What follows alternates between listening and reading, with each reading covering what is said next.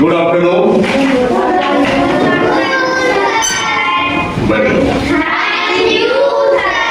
हम लोग इसके पहले भी पढ़ चुके हैं, लेकिन आज उसको बहुत ही स्पष्ट रूप से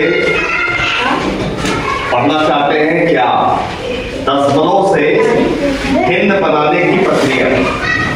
उदाहरण के लिए हम एक समझेंगे, जैसे हमारे पास है 0.2। कितना है? 0.2 को हमें भिन्न में बदलना है। भिन्न का मतलब जिसमें 1/2, 2/5, 3/4 इस तरह का, जिसमें अंश और हर होता है। तुमने भिन्न को समझा है, सब लोग जानते हो। तो उसी तरह से इसको करने के लिए हम आगे बढ़ते हैं। क्या करेंगे? 0.2 में हम 10 का गुणा कर देंगे। 10 का गुणा क्यों कर रहे हैं? इसलिए कि ये दशमलव हटाना है, लेकिन हम 10 का गुणा ऐसे ही क्यों कर देंगे? इसके मान में कोई परिवर्तन ना आए, इसके लिए हम 10 का गुणा करते हैं, लेकिन 10 का हम भाग भी दे देते हैं।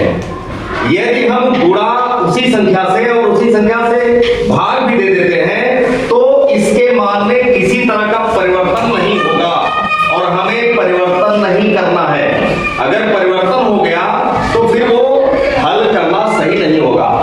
तो हमने 10 का गुणा कर दिया। गुणा करने के लिए यहां पर एक उदाहरण देख लेते हैं, किस तरह से करते हैं गुणा और ये कैसे हट जाता है।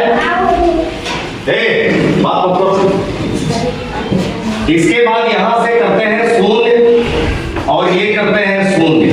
0 का गुणा 2 में करेंगे 0, 0 का गुणा 0 में करेंगे 0, और इसके बाद 1 का गुणा करेंगे। यहां पर कुछ नहीं होगा, इसलिए कटपुट लगाते हैं, जबकि लगाने की कोई आवश्यकता नहीं है। जब तुम समझ जाओगे तो यहां कुछ नहीं लगाओगे।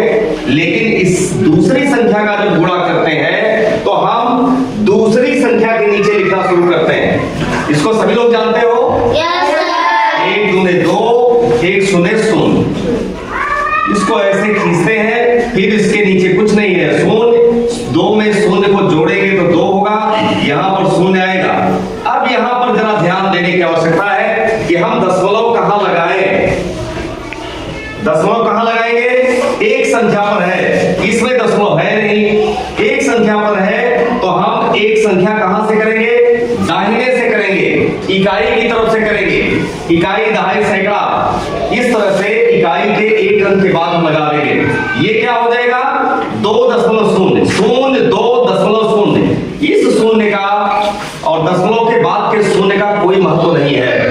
इसका मतलब ये हुआ कि यह 2 हो जाएगा। तो यहां पर हम लिखते हैं 2/10। ये एक दशमलव से दशमलव की संख्या से भिन्न में परिवर्तन हो गया। कितना हो गया? 2/10, जिसमें 2 एक अंश है और 10 हर है। इसे और छोटा कर सकते हैं।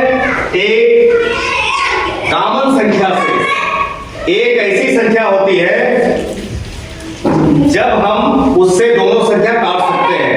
जैसे 2 1 2 और 2 5 10। यह संख्या छोटी संख्या हो जाएगी। इसको एक सामान्य को बताया जाएगा, क्योंकि जिस नियम को सीखना है, जो भी जानना चाहते हो, उसके लिए कुछ जरूर उदाहरण लगाना चाहिए।